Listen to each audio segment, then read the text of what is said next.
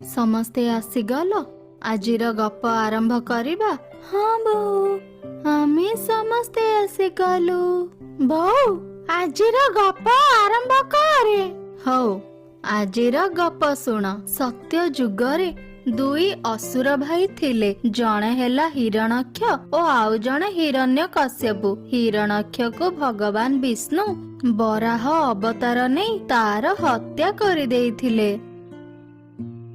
ତେଣୁ ତାର ଭାଇ ହିରଣ୍ୟକଶ୍ୟପ ଅମର ବର ପାଇବା ପାଇଁ ବ୍ରହ୍ମାଙ୍କୁ ତପସ୍ୟା କରିଥିଲେ। ବ୍ରହ୍ମା ତାର ତପସ୍ୟାରେ ସନ୍ତୁଷ୍ଟ ହୋଇ ବର ଦେବା ପାଇଁ କହିଥିଲେ, ହେଲେ ଅମର ବର ଦେବା ପାଇଁ ମନା କରିଦେଇଥିଲେ। ହିରଣ୍ୟକଶ୍ୟପ ବହୁତ ଚାଲାକ ଥିଲା।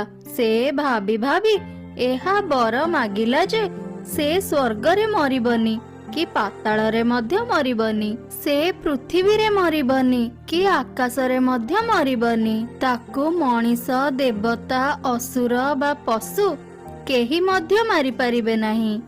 ସେ ଘରେ ମରିବନି କି ବାହାରେ ମରିବନି, ସେ ଅସ୍ତ୍ର ବା ଶସ୍ତ୍ରରେ ମରିବନି। ବ୍ରହ୍ମା କହିଲେ ତଥାସ୍ତୁ। ବର୍ତ୍ତମାନ ହିରଣ୍ୟକଶ୍ୟପ ନିଜକୁ ଶକ୍ତିଶାଳୀ ଓ ଅମର ଭାବୁଥିଲା। ତେଣୁ ସେ ସମସ୍ତଙ୍କୁ ତାର ପୂଜା କରିବା ପାଇଁ କହୁଥିଲା। ଯିଏ ପୂଜା କରୁନଥିଲା ତାକୁ ଦଣ୍ଡ ମିଳୁଥିଲା। କିନ୍ତୁ ତାଙ୍କ ଘରେ ତାଙ୍କ ପୁଅ ପ୍ରହ୍ଲାଦ ଭଗବାନ ବିଷ୍ଣୁଙ୍କର ପୂଜା କରୁଥିଲା। ହିରଣ୍ୟକଶ୍ୟପ ତାଙ୍କ ପୁଅକୁ ବୁଝାଇବାକୁ ବହୁତ ଚେଷ୍ଟା କଲେ ଯେ ସେ ଦୁନିଆର ସବୁଠାରୁ ଶକ୍ତିଶାଳୀ। କିନ୍ତୁ ପ୍ରହ୍ଲାଦ ତ ବିଷ୍ଣୁ ଭକ୍ତ ଥିଲେ। ସେ ବିଷ୍ଣୁଙ୍କର ଆରାଧନା ଜାରି ରଖିଥିଲେ। ହିରଣ୍ୟକଶ୍ୟପ ରାଗରେ ପ୍ରହ୍ଲାଦଙ୍କୁ ମୃତ୍ୟୁଦଣ୍ଡ ଦେଲେ। ସୈନ୍ୟମାନେ ପ୍ରହ୍ଲାଦଙ୍କୁ ପାହାଡ ତଳକୁ ପକାଇଦେଲେ।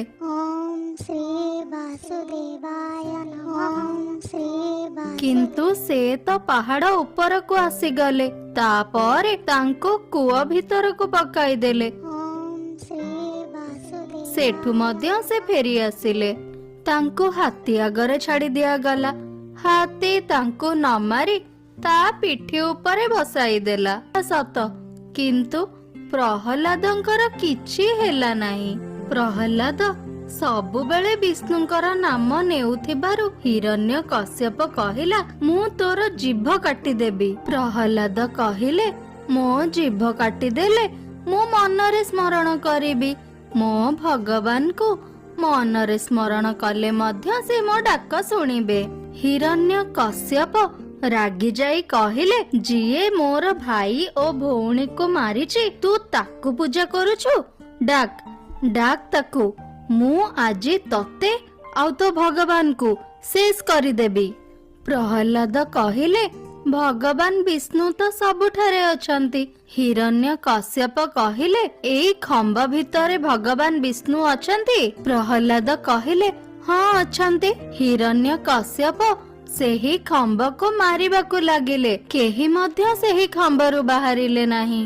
ହିରଣ୍ୟକଶ୍ୟପ ଜୋରରେ ହସିଲା, କହିଲା, ଦେଖ ଏଠାରେ କେହି ମଧ୍ୟ ନାହାନ୍ତି। ସେ ପ୍ରହ୍ଲାଦକୁ ସେହି ଖମ୍ବରେ ବାନ୍ଧିଦେଲା ଓ କହିଲା, ଡାକ୍ ତୋ ବିଷ୍ଣୁଙ୍କୁ ଡାକ୍, ଦେଖିବା ସେ ତତେ କିପରି ବଞ୍ଚାଇବାକୁ ଆସିବ।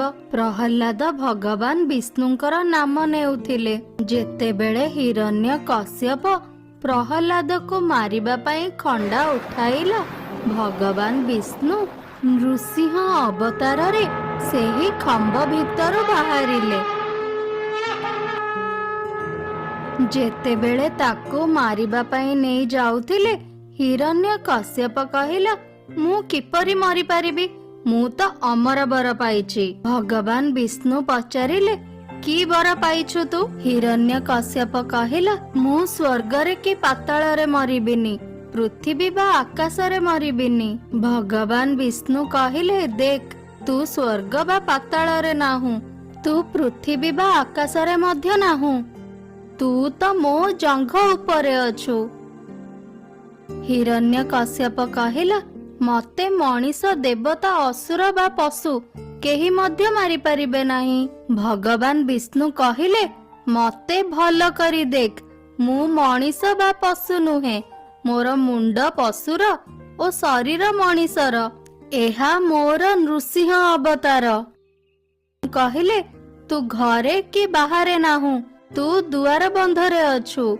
ହିରଣ୍ୟକଶ୍ୟପ କହିଲା, ମୁଁ ଦିନରେ କି ରାତିରେ ମରିବିନି। ଭଗବାନ କହିଲେ, ଏବେ ଦିନ କି ରାତି ନୁହେଁ, ସନ୍ଧ୍ୟା ହୋଇଛି। ହିରଣ୍ୟକଶ୍ୟପ କହିଲା, ମୁଁ ଅସ୍ତ୍ର ବା ଶସ୍ତ୍ରରେ ମରିବିନି। ଭଗବାନ କହିଲେ, ମୁଁ ତତେ ଅସ୍ତ୍ର ଶସ୍ତ୍ରରେ ନୁହେଁ, ମୁଁ ମୋ ନଖରେ ମାରିବି।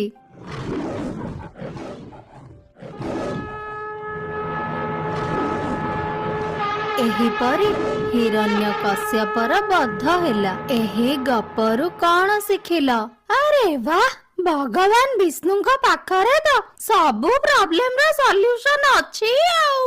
ଭଗବାନ ସବୁବେଳେ ତାଙ୍କ ଭକ୍ତର ପାଖେ ପାଖେ ଥାଆନ୍ତି। ଦରକାର ପଡ଼ିଲେ ସଙ୍ଗେ ସଙ୍ଗେ ପହଞ୍ଚି ଯାଆନ୍ତି। ତୁମକୁ ଯେତେ ବଡ଼ ବର ମିଳିଲେ ମଧ୍ୟ ତୁମେ ଭଗବାନଙ୍କ ଠାରୁ